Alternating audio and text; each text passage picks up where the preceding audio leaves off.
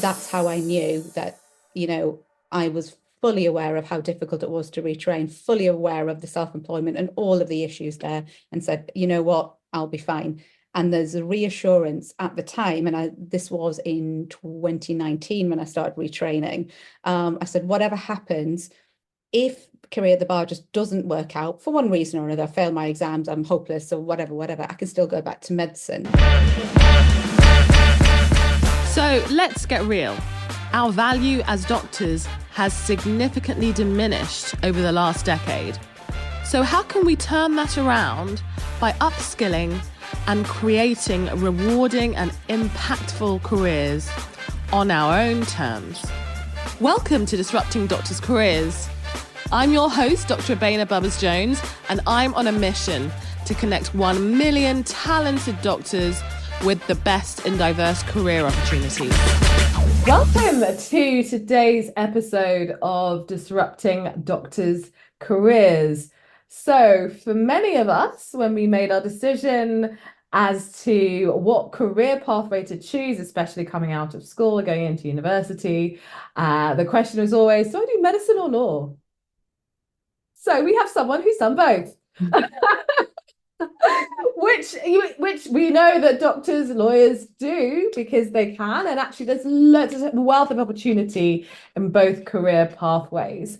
And to discuss this topic and to really give her unique insights into this incredible journey, we've got Dr. Urmila Roy, who is a doctor and a barrister, and she's practicing family law. So welcome, thank you so much for joining us.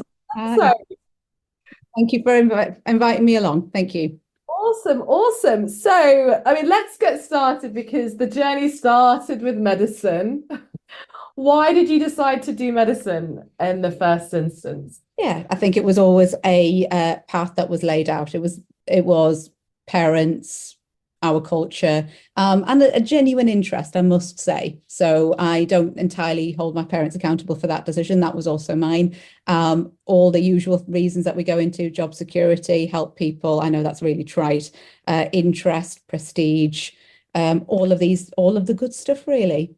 Mm-hmm. And when did that change? When did you start looking outside of it? Because we see a lot of doctors, and I speak to a lot of doctors every week, and they are all, especially for our fellowship, pretty much all of them have been thinking about changing careers for at least 2 to 5 years, thinking about it before they actually make a move. So I'd love to hear from you. How long had you been thinking about it, and how long until you actually said, right, I'm just going to actually take some action on this? Yeah, so I would say something similar there.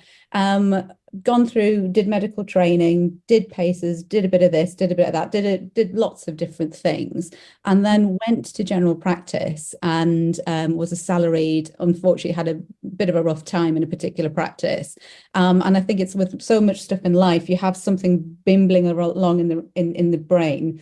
And then some kind of catalyst comes along and makes you think, okay, something has to happen.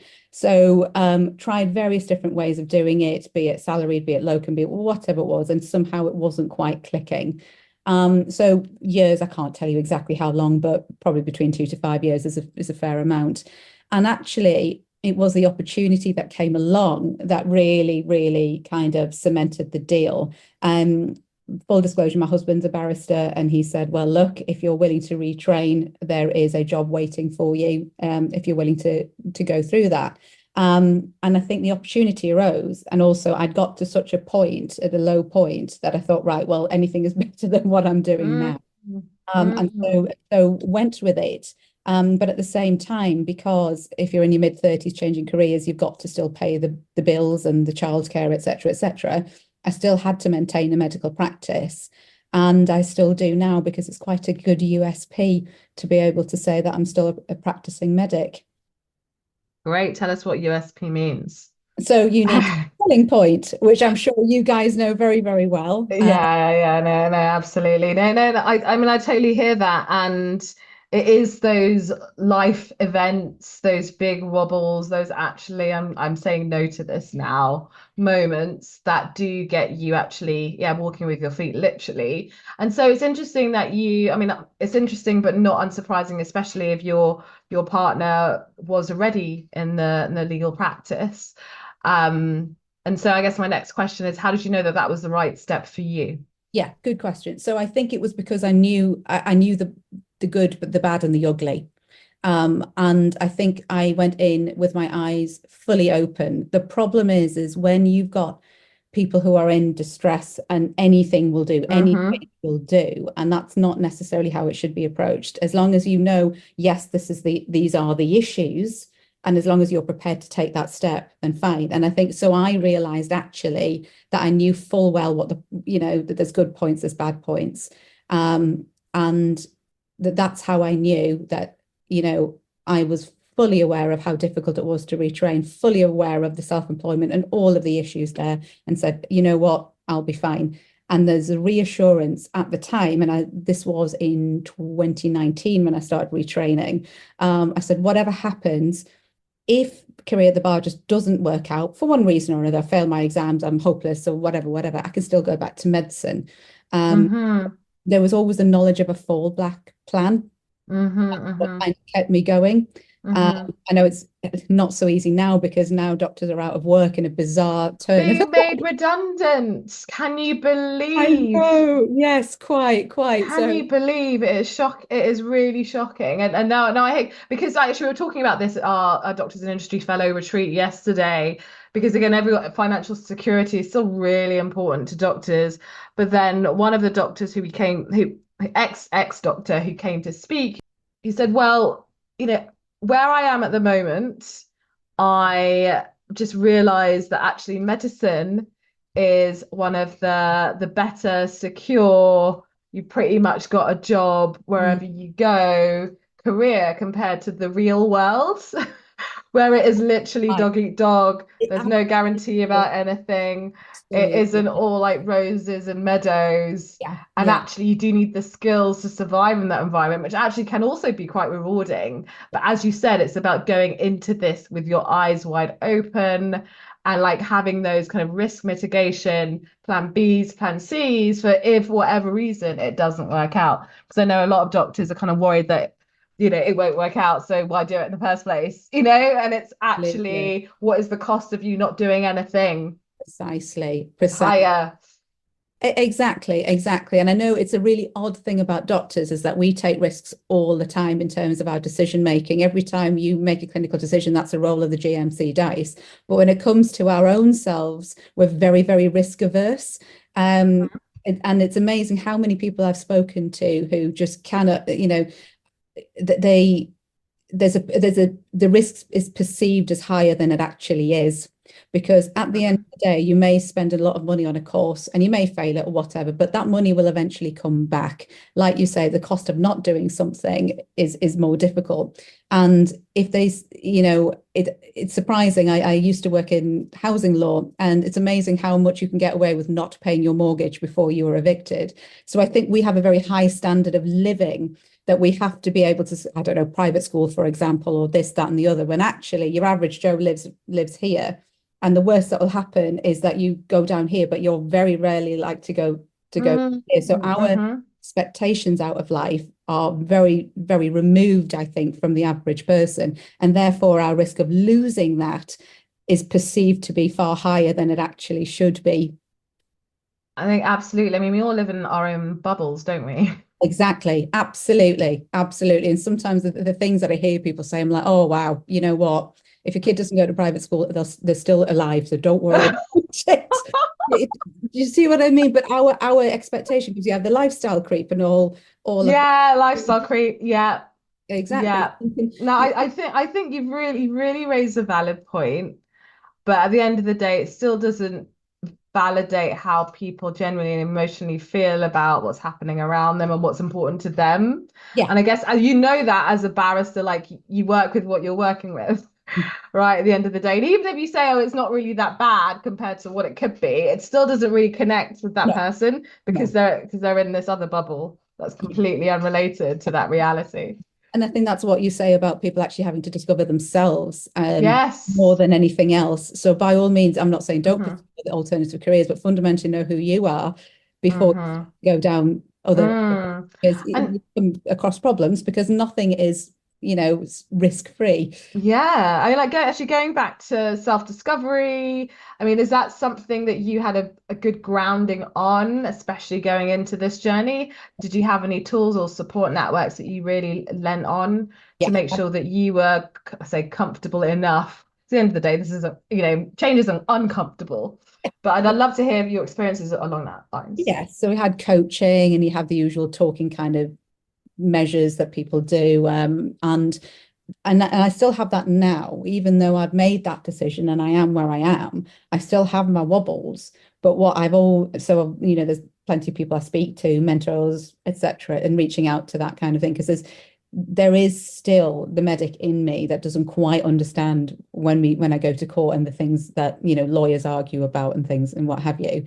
There was always a wobble to be like, oh, have I made the right decision? Oh my goodness. And I absolutely have. But what you raise a totally valid point that you need that support network, be it a good, I don't know, friend, pastor, counselor, whoever it is, it doesn't matter. But there's the initial starting point of making that decision and then being with that person / people during the points where you start to have a wobble about that decision. But yeah, I have plenty of that. And that Yeah. helps hugely. And as you said, it's not just in that moment in time when you're moving, it's having that ongoing support as you grow professionally. And I think it's the concept of having a coach and having that support network is, I mean, in my experience working with it's like relatively alien Absolutely. because we're used to having, well, we'll have supervisors and we'll have clinical leads, but no one that's there to help you grow within yourself in an environment rather than get your tick boxes done for your appraisals. Precisely. There is a very substantial difference between the two. Yeah, yeah. And let's be realistic, they haven't got enough time on their hands to be able to go into that, and they're not trained in that Mm, job role. And I think you need to go deeper than that because, like you say, there's a tick boxy exercise, which is fine. We can all go through the motions, but like you say, does it actually attend to the person inside? No, it doesn't. So that's up to you to mm, go out and find those resources. So tell us a little bit more. We don't usually go into the technical these days, but let's go into the technical. How did you become a barrister? Right. How did it happen? Take us step by step. Step by step. So I did the graduate diploma in law. Yeah, Okay. the GDL. The Yeah. GDL, yeah. Who did you do that with in the end? University of Law. Oh, interesting choice. Why is that? Because they did it online. Yay! We love online Yeah, courses. exactly. And I was a bad student, I'll be totally honest. I never handed in any of my assignments. I just turned up for the exams. Because you're a professional exam taker, you're a doctor. That's what we did. What could they do about it? I was paying my 12 grand in fees, and I get the occasional email to say, we've noticed you haven't really engaged.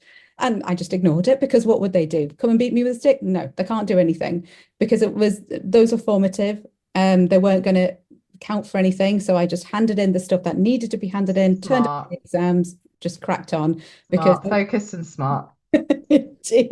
indeed. So that's what I did there. And then I went to bar school. So if you think about it's a little bit like you do your preclinical years, Yeah. then your clinical years, you either go down the solicitor route or the barrister route.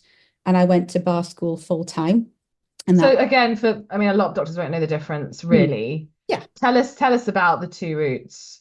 So best way I can describe it is solicitor is effectively like the GP and barrister is like the consultant.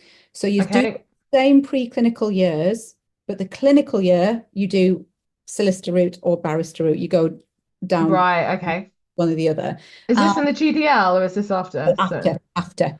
Okay. Okay. So do you have to apply? So you're okay. So you're applying at the start to be either a solicitor or a barrister. You have to kind of nearly cuddles to the mast quite early. You Mm-hmm. cross qualify, but that's a convoluted route. I won't go into that. But the upshot is you do your law degree, then you decide either solicitor or barrister, and you go and do a year's course for whichever one you're after. So Mm-hmm. that's what I did. And that was during COVID. And that was an interesting experience because it was all How on. easy, I was gonna say, how easy or hard is it to do Oh, not that? nice. Online bar course. Yeah. No, it's like you say you're doing your online clinical ward work. It's really very, very Mm-hmm. difficult. And that's the only choice that we had at the time. Mm-hmm. But no, you have to go in person. Mm-hmm. Mm-hmm. And it's basically the actual ropes of being in court and drafting this and drafting that, training you up to be a barrister, basically. Mm-hmm. Mm-hmm. Great. And then what happens? So then you have to apply for what we call, it's not straightforward. People think it's just Yeah. an overnight process. So many medical, I'll just do law on the side. I'm like, no, no, no, no, no, you won't do law on the side. And you apply for what we call a pupillage. Now, this is where it becomes sticky. And like you were saying before, that there's a lot of job security for doctors. Well, there was, but generally speaking, it's better than most. Now, pupillage is like the equivalent of an F1 year. Okay. Now, unlike medicine, where if you have 400 people with the MBBS, you're going to have 399 F1 jobs. Okay, so you might add, there's generally enough to go around. Pupillages, you get thousands of people who are applying and hundreds of jobs. It's a huge bottleneck. So the pupillage, i.e. the F1, is the sticking point where it becomes highly, highly competitive. And that's the golden ticket. Mm-hmm. So your pupillage is a year long. And this is something that my medic brain still can't get my head around. You shadow for 6 months and then you Mm-hmm. go into it. Like, right, you're off into court. So you're like doing 6 months of F1 and then you're a consultant. Exactly. Off you go. Whoa. I know, I know, I know, indeed. And off you go. And then you do that for 6 months. And if your supervisor thinks you're adequate, good enough, you signed off, you're a barrister. 6 months in court, and then you're a barrister. Can you believe that? And then you're like a partner and you can apply to be a No, no, no. Partners are different because that's the employed, that's solicitor rate. okay. No, you But are yeah, self, you're in self-employed business, right? you're a self-employed individual. Yeah, Yeah. that's it. So 6 months of watching, 6 months of doing, somebody gives you a ticket, you're qualified. Mad, isn't it? Oh my gosh. And then what? Good Yeah. question. And that's it. And that's it. Yeah. This is where the creativity comes in because there is no Okay. such specific, if I want to be a specific kind of lawyer, this is the training route. Mm. Membership exams that I do. These are the courses that I do. These are the audits. There's none of that. They say you don't pick the law picks you. So it's what lands on your desk. So let's just say I do road traffic accidents or something like that. Yeah. Mm-hmm. I do, that lands on my desk and another one lands on my desk. And after an arbitrary period of time, I decide, oh, I'm a specialist in road traffic accidents. That's how Mm-hmm. it goes. There's no path. And that's what might be very difficult for people who have been so used to being on an imposed treadmill of some kind. That's the Mm-hmm. Mm-hmm. uncertainty is very unnerving. Mm-hmm. Mm-hmm. So yeah, Yeah. how it works. So Yeah. I'm a family barrister simply because that's what the work has been assigned on my desk. That's what I do most of. So therefore I call myself a family barrister, but I have done no such MRC, whatever the exams would be, because they don't exist. You've just done a lot of or that's what you're interested in, that's what's coming your desk the most, and that's where you want to position yourself. And Precisely. you're also a doctor. I mean, like tell me more, like, does that sell? Does that sell? Yeah, it's early days. I think it does sell. It does sell. I think so people obviously make the assumption that I do clinical negligence, which is a fair assumption to make. Clinical negligence is a really niche part of the law. Mm-hmm. A bit like saying like pediatric neuro-oncology. It's super, super Mm-hmm. niche. Mm-hmm. And you have to do your time doing several other things before you get into it. So I think eventually it will pay dividends, but I think at this stage, because I only fully qualified a year and a bit ago, uh, Mm-hmm. not at this stage, but I think it's about people getting to know who of you. Mm-hmm. Mm-hmm. So no, at this current point in time, no, it doesn't pay huge dividends, but it's the long game. This is the thing you've got to look at. Interesting. And so how do you market yourself? Good question, with great difficulty, because it's really not in my vein to do that. So I have to have a LinkedIn profile, which I found really bonkers, which I didn't like. Wow. I don't like LinkedIn. I know I have it. People are on it. I don't enjoy it. But I think this is the point about this is about putting yourself out of your comfort zone, because that's kind of what you've got to do. And I've spoken at a couple of things about certain things that lawyers don't know anything about, but I can as a medic comment on, and doing stuff like this. But I think this is difficult because in medicine, your work comes to you. You rock up on the ward, you rock up to clinic, it's all there. In the bar, you've got to go and find it, and you've got to make yourself better than the next person's. It's highly competitive. So people do these things, people post on LinkedIn because it's marketing, which is totally against medics' grain, because one, we don't like it, two, we don't have to do it. Yeah. I mean, I think that's incredible. And one of the things that you were talking about before we started is that you're still keeping up your clinical practice, and you are one of 4 barrister doctor unicorns in the country. I like the way unicorn, you're unicorns. There's 4 of you that are essentially dual practicing. So tell me more about why you made the decision to do that, to keep going in some respects. Yeah, so I think, yeah, good, against my initial judgment, but I think it's about using what you've got. So I am very lucky. The thing with general practice is that you don't have to do a huge amount to stay on the register and to stay licensed, as long as you can do your CPD and long as you can do that. So that's what's one of the beauties of general practice is. It's unlike, say, an orthopedic surgeon, which you still have to do thousands of hip operations to be competent. So I think it's about using what's in your armory. Now, if I'd been a neurosurgeon, I wouldn't have been able to do the 2. You just can't, and that's fine. But I could. I had that at my disposal, so why not use it? And it's manageable enough. I mean, I'm not getting locums now it's a nightmare, but the point is, it's who knows what's going to happen with the market and stuff, and if it proves to be prohibitive in terms of getting it, then I'll just let it go. But I was able to, so I found a way. It's not easy. But it didn't land on your lap, and and I think that's, again, it's a mindset thing, isn't it? If you really want something, you're going to continue exploring. So actually, I need to find something that suits what I'm looking for and what I need, and it's not going to be packaged and nicely handed over to me in that sense. But it is about, again, going back to the clarity piece that I always knock on about, being clear as to what you need, so that when sometimes these things, and this actually, I'm going to go off on a rant, but opportunities are everywhere, right? Opportunities in life, opportunities in careers. And when doctors, particularly, they are looking for other options, like, to be honest, the vast majority, as we were talking about earlier, are moving because no, they don't like medicine, they don't like the system. And that's one of the things I realized very early on in my journey. It wasn't the medicine that was the problem. It took me leaving the country and doing medicine in South Africa to realize that was the issue, and it wasn't just choosing the wrong career path. And then, but the problem is, because everyone's burnt out and stressed and depressed, they don't see what's in front of them. Right. They don't see, and you only see opportunities when there's a job ad on LinkedIn or Indeed, right? You don't see opportunities that aren't packaged as jobs, but they're opportunities that can become jobs or careers and all of that stuff. Do you know what I mean? Absolutely. And but in order to do that, you need to be in a better space. You need to know yourself better. You need to get that support network. You need coaching. And I know a lot of doctors these days, I mean, they're kind of getting into understanding what coaching is, but still the idea of spending money, especially when it's from your own pocket, is like, no, that's an expense. I can get it free here. I'm used to getting free stuff.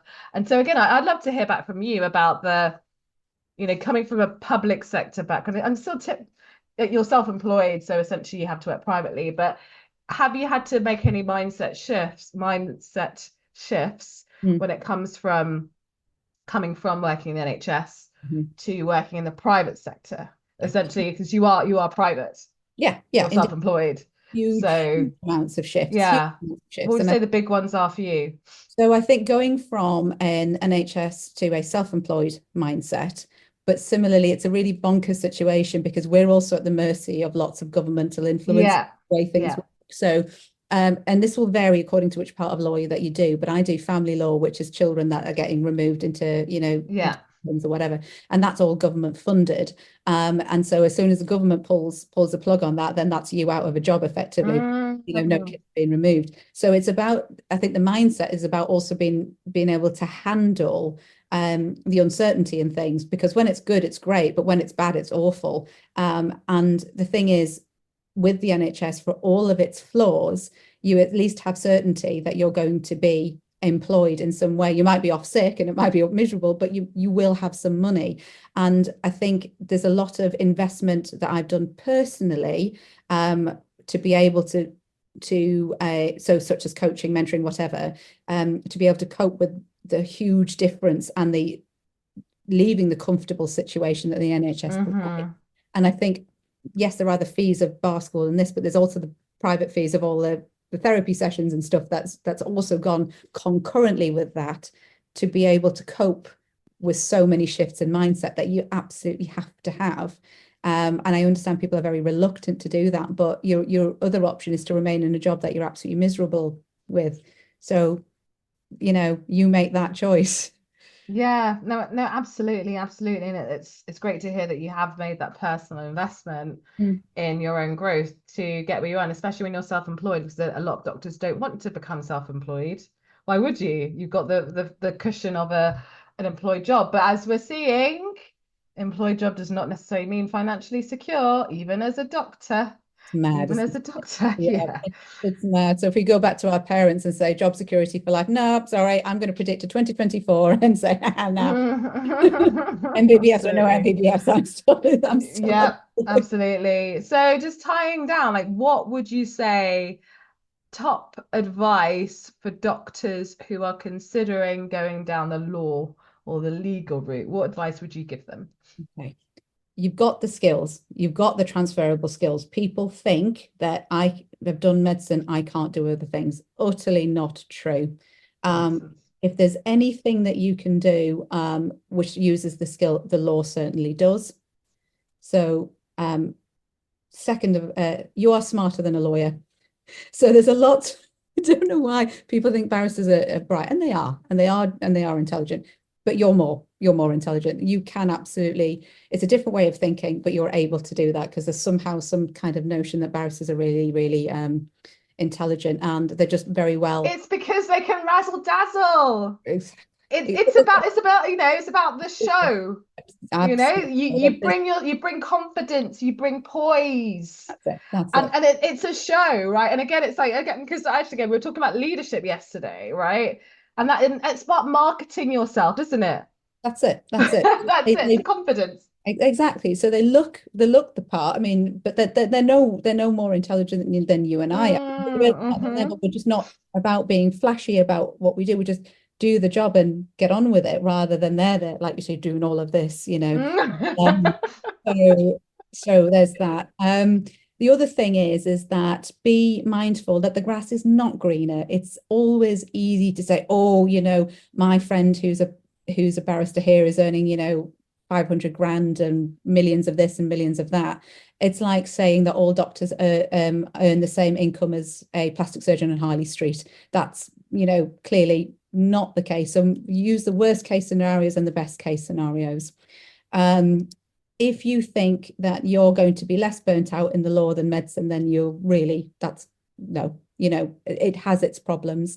And don't think in any way that this is an easy feat, because the number of doctors who've said to me, oh, I think I'll just do a bit of law on the side. No, you won't. Law on the side. Exactly. I think I'll just go into medical. Bit of a side hustle in law. Exactly. And I think you need to be mindful of the fact, I think medics, because they're in their own bubble, can be a little bit, convinced that theirs is the only hard job. And no, it isn't, is the short answer. This is not an easy one at all. So just be mindful. I'm not saying that you're not intelligent enough to do it, because of course you are. Of course you are. But just be wary. Just be aware that's it. And at the same time, I'm going to caveat that with all of the issues in terms of redundancy. But at the time when I made the decision, your fallback plan you are still safe. Whatever happens, you are still safe. You can still work. The bills will be paid. And, if you go into a fray into law, find it's not for you, you wouldn't be the first. Just go back. Your ego is a bit hurt. Doesn't matter. Find something else because there's a billion and one things to do, right? Exactly. Brilliant. Thank you so much for your time and Not a opening problem. up your mind. I'm sure that so many doctors will find so much value from your pearls of wisdom and your lived experience. If they want to ask a few more questions, what is the best way to get hold of you? My email, I guess.